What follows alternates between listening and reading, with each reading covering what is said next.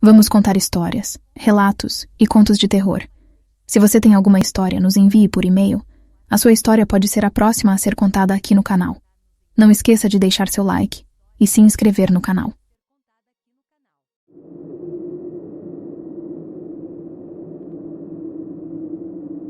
Há muitos anos, quando eu era apenas um garoto, fui criado em uma pequena fazenda no interior do Brasil. Nossa propriedade era cercada por vastos campos de milho e canaviais. E a vida no campo tinha seu charme, mas também suas sombras. O que vou contar agora é uma história que ecoa em minha mente desde aqueles dias, e ainda me arrepia a espinha quando a noite cai, e o vento sopra pelas árvores antigas que cercam nossa casa. Minha história começa em uma noite escura e tempestuosa de outono. A chuva caía torrencialmente, acompanhada pelo rugido do trovão e pelo clarão dos relâmpagos. Eu estava deitado em minha cama de palha no sótão da casa, incapaz de dormir devido ao barulho ensurdecedor da tempestade. Minha avó, uma mulher de cabelos brancos e olhos sábios, estava sentada junto à janela, olhando pensativa para a escuridão lá fora. Ela percebeu que eu estava acordado e, com um olhar sério, começou a me contar a história do morador da floresta. Segundo ela, há muito tempo um homem havia vivido naquelas terras antes de nossa família chegar. Ele era conhecido por ser um solitário, sempre visto vestindo roupas surradas e um chapéu de palha que escondia seu rosto. Dizia-se que ele tinha habilidades estranhas e que tinha feito um pacto sombrio com as forças da natureza. À medida que a história avançava, a tempestade lá fora parecia ganhar vida própria. O vento uivava, e os galhos das árvores batiam contra as janelas como mãos fantasmas tentando entrar. Minha avó continuou, dizendo que o morador da floresta se escondia nas profundezas da mata, observando nossa família de longe. Às vezes, as galinhas desapareciam misteriosamente, ouviam-se risos macabros nas noites mais escuras, e as pessoas sussurravam sobre coisas inexplicáveis acontecendo ao redor da fazenda. Naquele momento, com a tempestade furiosa lá fora, aquela história era mais aterrorizante do que nunca. Minha avó me alertou para nunca ir à floresta durante a noite, especialmente em noites de tormenta, pois o morador da floresta era mais ativo nessas ocasiões. Seu rosto estava sério e preocupado, e eu pude sentir o medo genuíno em sua voz. Os anos passaram, e eu cresci na fazenda, ouvindo a história do morador da floresta inúmeras vezes. Eu evitava a floresta como minha avó havia me advertido, mas sempre que olhava para as árvores escuras, imaginava se ele ainda estava lá, espreitando nas sombras. Hoje, com meus 60 anos, continuo morando na mesma fazenda. Minha avó já se foi, mas a história do morador da floresta ainda ecoa em minha mente. As tempestades ainda me fazem tremer, e quando olho para a floresta à noite, ainda sinto um arrepio na espinha. Não sei se o morador da floresta é real, ou apenas uma lenda, mas sua memória assombra esta terra. E as histórias de nossa família continuam sendo contadas para as gerações futuras. Às vezes, quando a noite está escura e a tempestade se aproxima, ainda posso ouvir o eco distante de risadas sombrias, e me pergunto se o morador da floresta ainda está lá, esperando nas sombras para assombrar aqueles que ousarem desafiá-lo. E mesmo que eu nunca tenha visto seu rosto, a presença dele permanece viva em minha memória, como uma lembrança inquietante da minha infância no campo.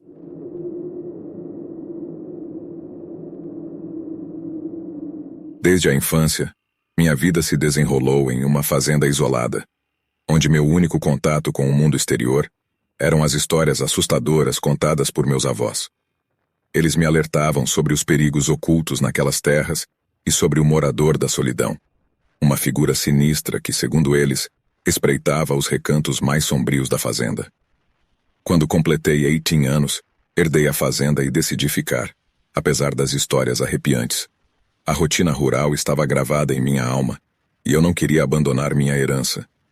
No entanto, os relatos macabros dos avós sempre me atormentavam. Certa noite, enquanto fazia reparos no celeiro, senti uma presença maligna. O ambiente estava gélido, e uma sombra escura se moveu furtivamente na escuridão. Corri de volta à casa, mas não consegui ver nada claramente. Apenas uma sensação de medo persistiu. Noutra ocasião, minhas galinhas começaram a desaparecer misteriosamente. Não havia sinais de invasores ou predadores comuns. Fui forçado a aceitar que algo inexplicável estava acontecendo. Os piores temores dos meus avós pareciam ganhar vida. Uma noite, uma tempestade feroz assolou a fazenda, exatamente como nas histórias deles. Os trovões ribombaram e os relâmpagos iluminaram o céu noturno. Enquanto eu me refugiava na casa, ouvi um ranger na varanda. Lentamente me aproximei da janela e vi uma figura, parcialmente oculta por um chapéu velho. Era o morador da solidão conforme meus avós haviam descrito. Pânico e terror me dominaram enquanto ele desaparecia na escuridão. A partir desse momento, coisas estranhas se tornaram comuns na fazenda. Portas rangiam inexplicavelmente, vozes sussurravam no vento noturno e objetos se moviam sozinhos. Cada noite era uma luta contra o medo, e a sensação de ser observado era constante. Certo dia, entrei na floresta densa e proibida que circundava a fazenda, esperando desvendar o mistério do morador da solidão. As árvores sombrias pareciam se fechar ao meu redor, criando um labirinto de medo. Ouvi risos distantes e murmúrios sussurrantes. Minha busca parecia infrutífera, mas, subitamente, tropecei em uma clareira escondida. No centro, uma velha cabana de madeira estava parcialmente em ruínas. Dentro encontrei velhos diários e objetos estranhos. Pinturas aterrorizantes adornavam as paredes, representando cenas grotescas e sombrias. Os diários detalhavam encontros com o morador da solidão, suas aparições nas tempestades e sua habilidade de influenciar a natureza. Ao ler as últimas palavras de um dos diários, uma sensação de horror gelou minha espinha. O autor acreditava que o morador da solidão desejava um sucessor, alguém para assumir seu legado de escuridão. De repente compreendi que eu me tornara a peça central de seu plano sinistro. Desde então tentei desvencilhar-me do destino sombrio que parecia inevitável. Reforcei as proteções na casa, evitei a floresta e rezei para que o morador da solidão desaparecesse da minha vida. Contudo, as palavras dos avós ecoam em minha mente. Ele nunca desaparece, ele só espera. E eu continuo vivendo naquela fazenda, sempre vigilante, sempre com medo de que, um dia, o morador da solidão venha reivindicar o que acredita ser seu direito.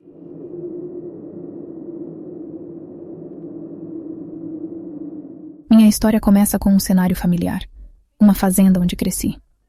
Mas não era uma fazenda comum, era um lugar de pesadelos. Desde pequena, eu tinha pesadelos recorrentes que me atormentavam, relacionados a eventos traumáticos da minha infância. Quando eu era criança, meus pais decidiram se mudar para aquela fazenda isolada. Parecia um lugar tranquilo à primeira vista, mas logo descobrimos que algo estava terrivelmente errado. Durante a noite, ouvíamos passos pesados e sussurros vindos do sótão. Minha mãe dizia que eram apenas sons da casa velha, mas eu sabia que algo sinistro habitava aqueles corredores escuros. Os pesadelos começaram quando eu tinha apenas 7 anos. Eu sonhava que estava na escuridão do celeiro, cercada por sombras grotescas que se moviam lentamente em minha direção. As vozes sussurravam segredos sombrios e eu estava paralisada pelo medo.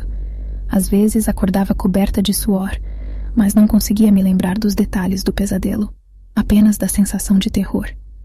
À medida que crescia, os pesadelos se tornavam mais vívidos. Sonhava com um homem de chapéu, sempre parado na sombra, observando-me com olhos vazios.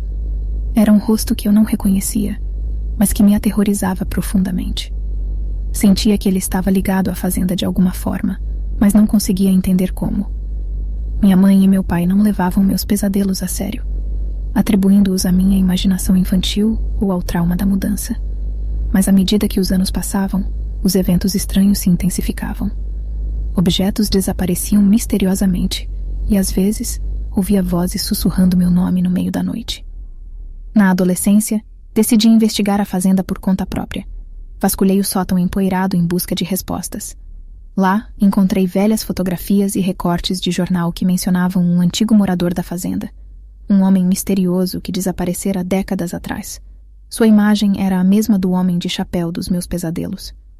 À medida que mergulhava mais fundo na história da fazenda, descobri relatos sobre práticas obscuras que ocorriam ali no passado. A fazenda era conhecida por abrigar rituais sombrios e segredos macabros que haviam sido esquecidos pelo tempo.